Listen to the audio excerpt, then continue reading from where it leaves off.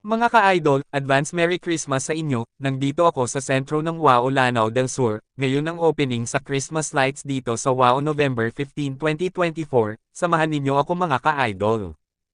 Kasama ko ang aming artista, si Daniel Padilla ng WOW, artista pang mannequin lang. Tingnan mo mga ka-idol, parang nadyan lang sa batch ang dating.